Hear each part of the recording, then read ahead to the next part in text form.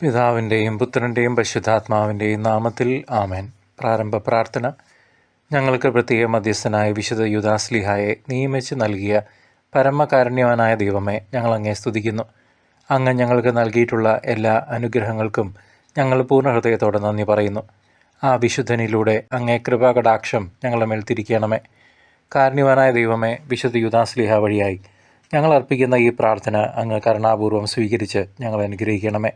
സകലത്തിൻ്റെയും നാഥ എന്നേക്കും ആമേൻ. വിശുദ്ധ യൂദാസ്ലീഹായോടുള്ള നൊവേന 7-ാം ദിവസം. വിശുദ്ധ യൂദാസ്ലീഹായെ മരണം വരെയും കർത്താവായ യേശുവിനോട് അങ്ങ് വിശ്വസ്തത പുലർത്തിയല്ലോ.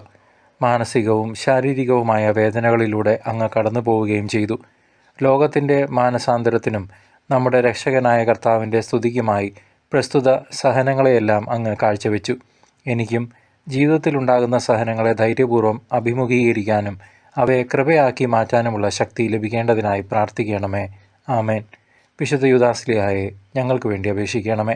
സ്വർഗസ്ഥനായ ഞങ്ങളുടെ പിതാവേ, അങ്ങയുടെ തിരുനാമം പൂജിതമാകണമേ. അങ്ങയുടെ രാജ്യം വരണമേ. തിരുവിഷ്ടം സ്വർഗത്തിലെ പോലെ ഭൂമിയിലുമാകണമേ. അന്നന്ന് വേണ്ടുന്ന ആഹാരം ഇന്നും ഞങ്ങൾക്ക് തരണമേ.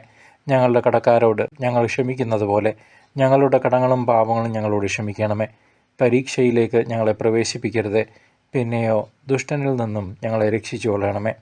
നന്മ നിറഞ്ഞ മറിയമേ, സ്വസ്തി, കർത്താവ് അങ്ങയോടുകൂടെ സ്ത്രീകളിൽ അങ്ങ് അനുഗ്രഹിക്കപ്പെട്ടവളാകുന്നു. അങ്ങയുടെ ഉദരത്തിന് ഫലമായി ഈശോ അനുഗ്രഹിക്കപ്പെട്ടവനാകുന്നു. പരിശുദ്ധ മറിയമേ, തമ്പുരാൻ്റെ അമ്മേ, പാപികളായ ഞങ്ങൾക്ക് വേണ്ടി ഇപ്പോഴും ഞങ്ങളുടെ മരണസമയത്തും തമ്പുരാനോട് അപേക്ഷിച്ചു കൊള്ളണമേ. ആമേൻ. പിതാവിനും പുത്രനും പരിശുദ്ധാത്മാവിനും സ്തുതി, ആദിമുതൽ എന്നേക്കും ആമേൻ.